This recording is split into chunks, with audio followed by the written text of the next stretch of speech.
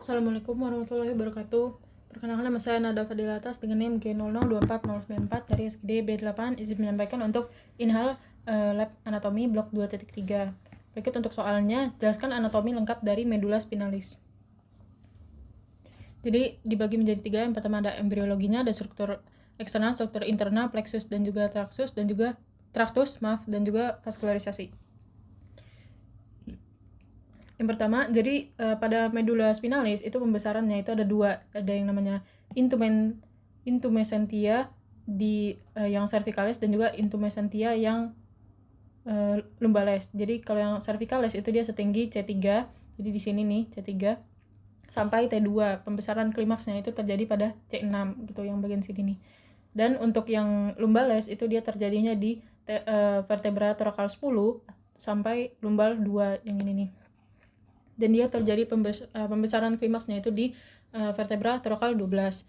Jadi selain dari itu juga ada yang namanya conus medullaris yang ini nih, bagian sini.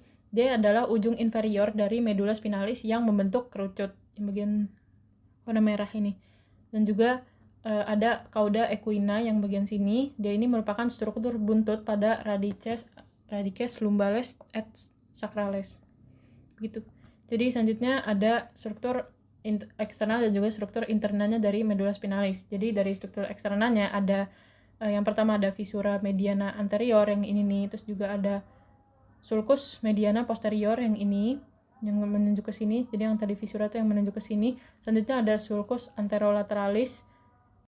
Selanjutnya juga ada sulcus posterolateralis yang di bagian sininya gitu. Untuk anterolateralis dia merupakan tempat keluarnya dari radix anterior atau yang disebut radix efferent atau juga radix motorik.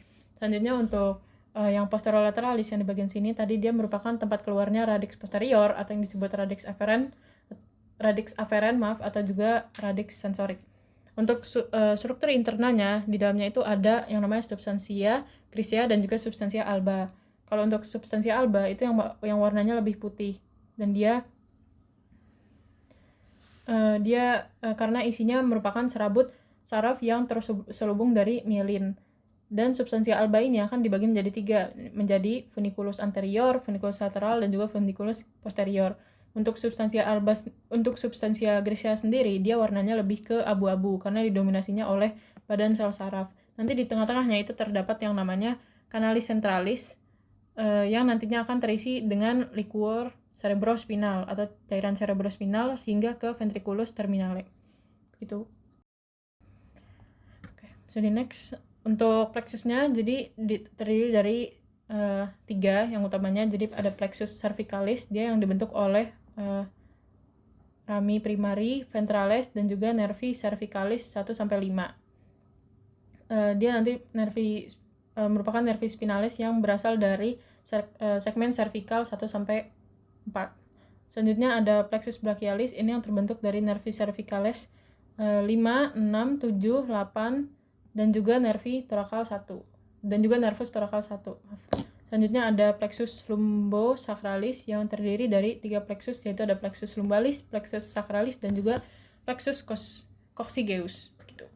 Jadi next, ini untuk traktusnya. Traktusnya dibagi menjadi yang kanan ascendant dan juga yang kiri descendant. Jadi yang dari kanan ascendant itu ada traktus yang pertama, traktus spinothalamic yang anterior, yang dia akan membawa rangsangan raba dan juga tekan. Selanjutnya ada spinothalamic yang lateral yang akan membawa rangsangan nyeri dan suhu, dan juga ada cerebellaris yang anterior dan juga yang posterior, itu fungsinya untuk membawa rangsang keseimbangan proprioseptif. Selanjutnya ada juga yang namanya columna dorsalis posterior, dia akan fungsinya melokalisasi sentuhan, getar, diskriminasi 2 titik, dan juga proprioseptif.